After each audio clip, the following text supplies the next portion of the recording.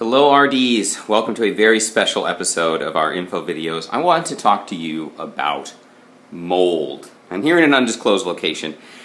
Talk to you about something that really concerns students, really concerns our residents. Mold, fuzzy growth that shows up in places in their rooms. And I wanted to dispel one misconception about mold. It's not a contagious disease, it's not something that appears mysteriously and then sickens the building. It's a natural substance that is in the air that takes hold and grows where there's enough moisture. So first and foremost, a mold problem is always a moisture problem. So if we find mold on the carpet, in the walls, coming from the ceiling, our first question, and there's no mold here, don't look too closely. The first question is, where's the water coming from? How's the water in the wall? How's the water in the carpet?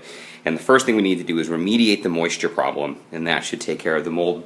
But there are some places in our res halls where we always have moisture.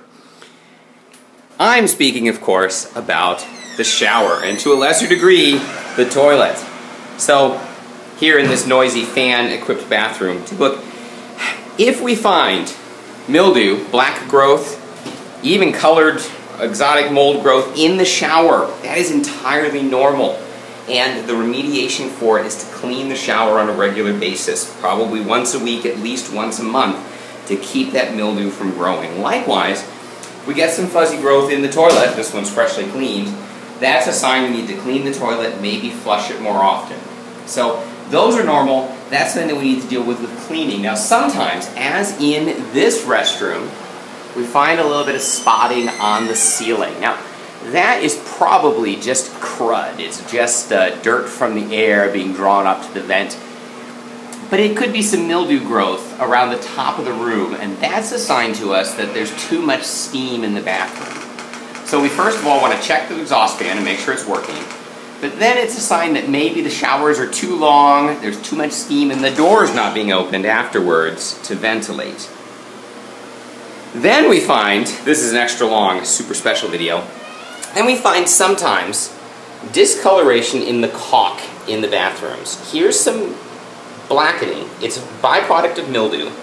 It's a stain on this caulk on the bottom here because water's been trapped by the bath mat and we've had mildew over time. Now, that's a gap that this is staining. This staining is normal. The caulk has to be replaced to get rid of it. It's unsightly, and we try to deal with it sort of on a renewal cycle in the buildings. If you have a room where it's bad and it's a problem and it's causing trouble, we'll do what we can to deal with it. But that's sort of a normal bathroom thing. This bathroom has an extra special feature. It has some evidence of mildew on the drywall above the shower. Now this concerns me and I want to check it out. It may be steam pouring out of the shower and gathering here and causing this mildew, but it also might be a leak from the shower up above putting water into the wall. So you won't necessarily know about that one, and that's why you'll call us to come check it out. So remember, mold is a moisture problem. Where we know we have moisture, like in the shower, we have to clean. Where we suspect that we have some moisture caused by steam, we want to try to eliminate the steam as best we can. And where we don't know the source, we definitely want to call facilities and let us know because we need to get ahead of it because it is something that upsets our residents. Well, back to this beautiful mold-free room, and thank you for bearing with me on a double-length special episode.